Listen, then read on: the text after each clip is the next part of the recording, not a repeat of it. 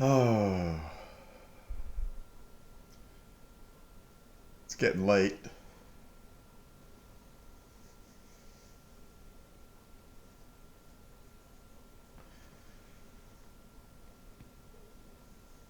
John 14,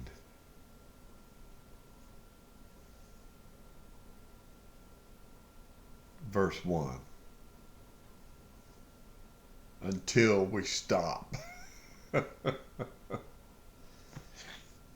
lot of you already pick up on this verse, this first verse. Let not, let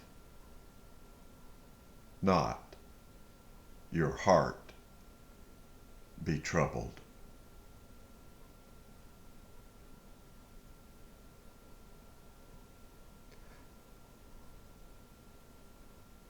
Don't let your heart be being disturbed. That's the literal translation.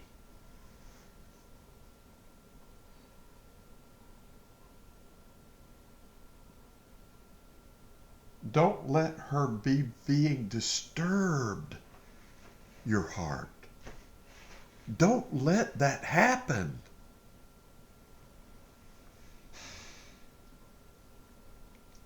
How can that happen? How can we not allow our heart to be being disturbed?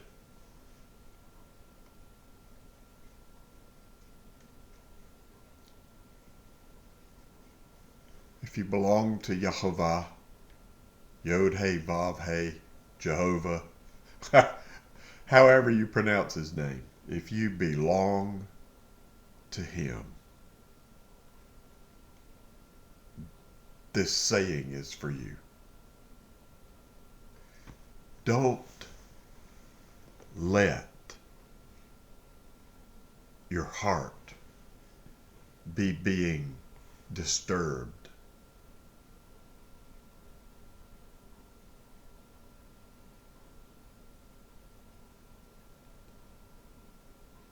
If you're his little child, or if you are his born again one, you know it. And if you are, you have to make another move, and then another move, and then another move, and then another move. It's a sequence of moves. It's a moving. It's a flow of water like a river. It's not a one prayer, I'm done, it's over, I'm going to heaven. It's not like that.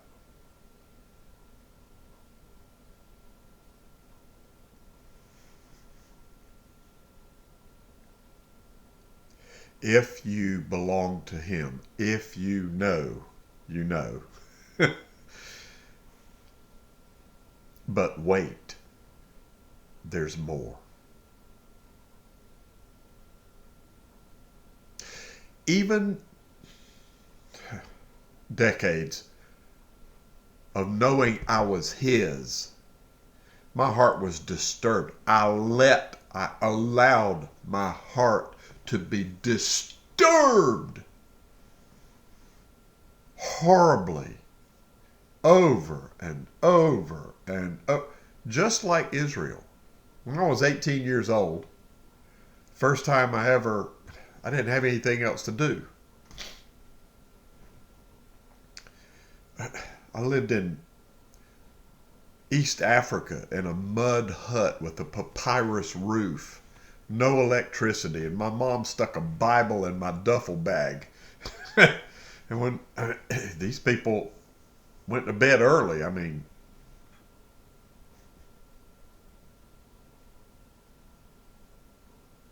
started reading that Bible. I read that Bible all the way through that summer, every night.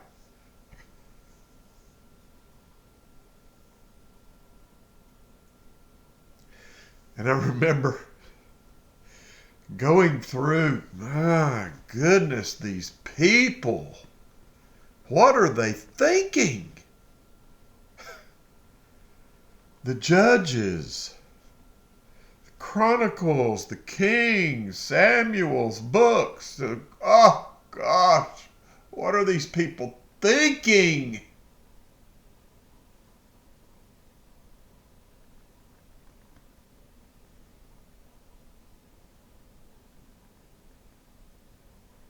As a nation, these people, I mean,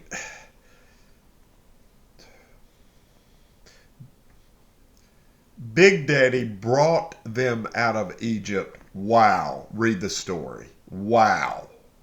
Wow. Met them in the desert, on the mountain.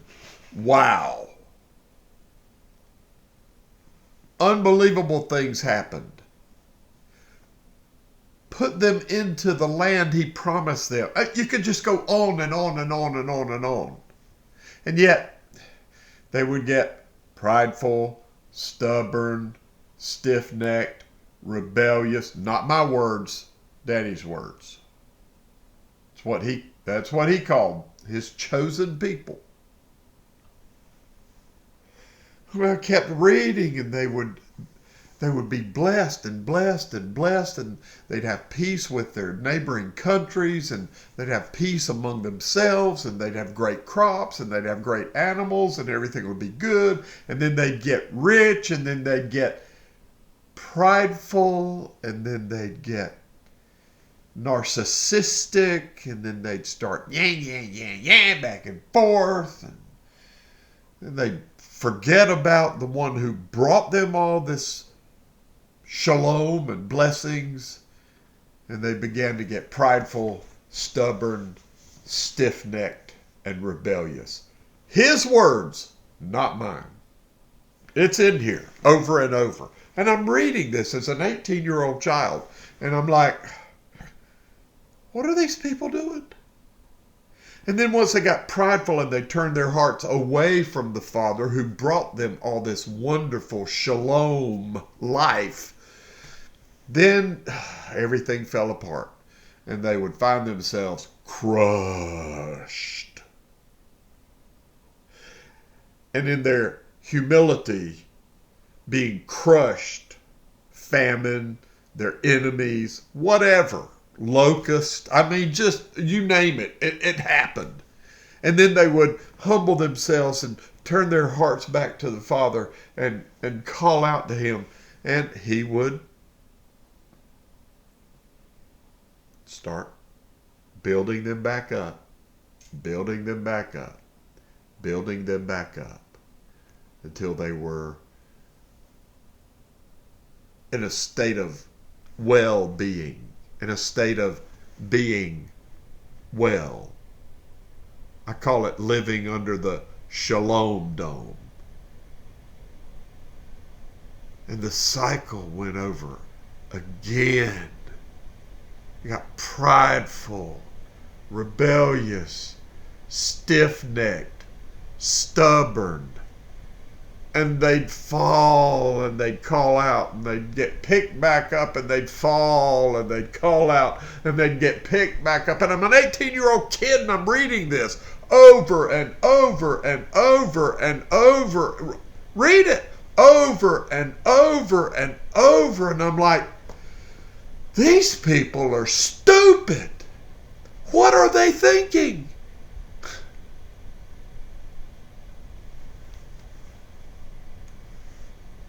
They're an example of us. All of us. I'm the chiefest of the stupid ones. You can't imagine. And that which I saw as an 18-year-old child with nothing else to do but read this book and watch the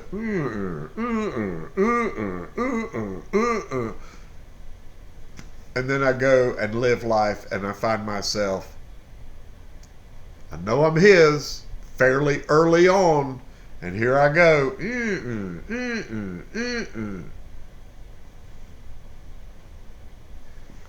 You feel me?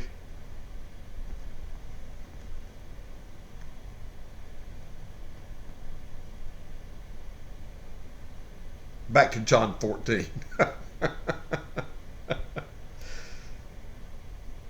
Do not let your heart be being disturbed. How can you do that? Okay, the river, the flow. You're His, and you know you're His. Yeshua only said what he heard the Father say. The Father said, and Yeshua re-said, unless you humble yourself like a little child, you can't enter into the kingdom. You can't go in there and sit with them. Psalm 91:1. Whomsoever dwells in the secret place of the Most High, that would be Big Daddy, shall abide under the shadow of Shaddai, that would be Yeshua HaMashiach, Jesus the Messiah. Whomsoever.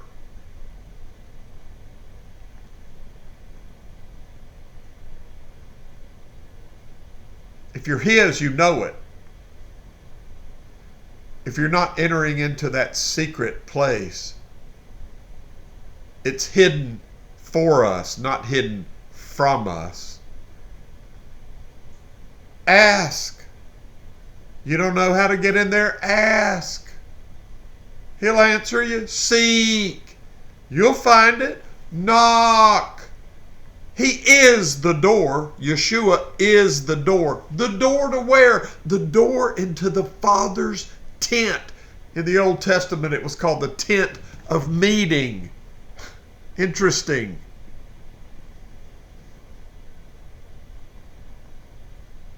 The Old Testament.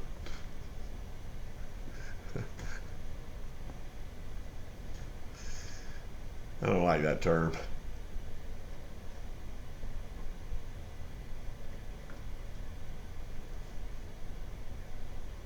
Habit. Don't let your heart be troubled. If you don't know how to get into the secret place and sit with our Father and just with no agenda, no list, no just anything but seeking to be there, adoring Him and adoring how He adores you. Wow. Wow. That's enough. And you go in there, especially first thing in the morning. You go in there and you sit with them.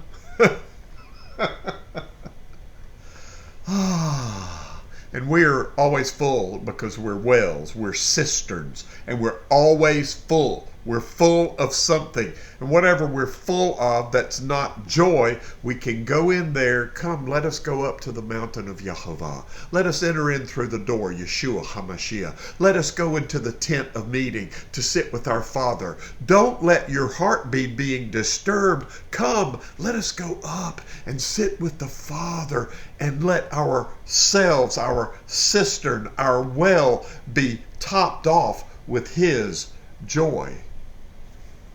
He said that their joy might be being filled to fullness.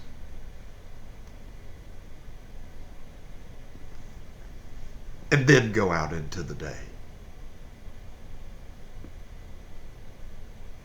When you enter the day full of His joy, you have an edge. It's a lot easier to not allow your heart to be being disturbed that day. But guess what?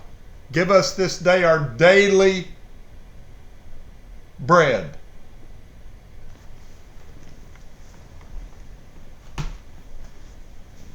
People that say, well, I'm not getting fed at my church. Your church gathering's not for you to get fed. You're to be fed at the Father's table every day.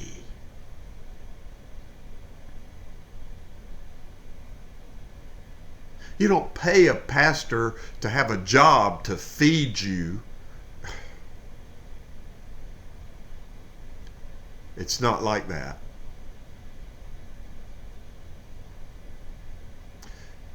You want to go through life filled with joy right out of the gate every day. You want to go get filled with the Father's food from His table every day. Wow. Those are keys. Not the only keys, but strategic keys to not allowing, don't let your heart be being disturbed. Let not your heart be troubled. You believe in Big Daddy. Yeshua said, believe also in me.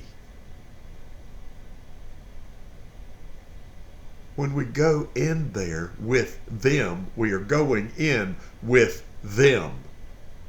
Elohim, that's plural. In the beginning, Barashit bara Elohim. In the beginning, created Elohim, plural. The Father, the Son, the Ruach, the breath, the Spirit of the Father.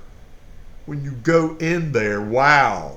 Wow. Now, if you're not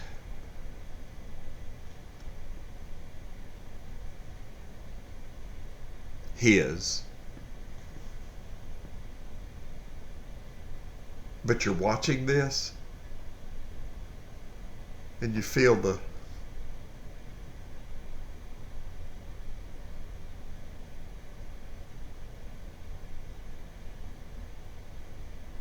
wow.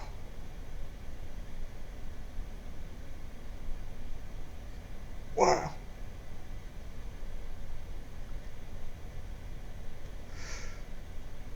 Whoa.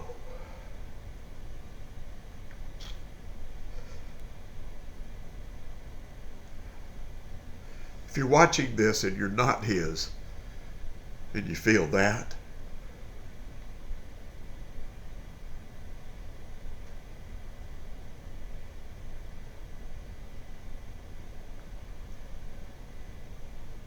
just turn your heart toward Him and say, I want to believe, Daddy. I want to know You. The thief on the cross next to Yeshua, he believed. And Yeshua said, today you'll be with me in paradise. You don't have to get all cleaned up and, washed off and change everything and start reading your Bible 2 chapters a day and go to church and do this and do that and follow all these rules. You believe. Daddy will establish your steps. Religion does a bad job of establishing steps. Believe me, I know. I've been clothed in religion and gave it a college try. I kind of pushed hard with it. But it's the wrong clothing.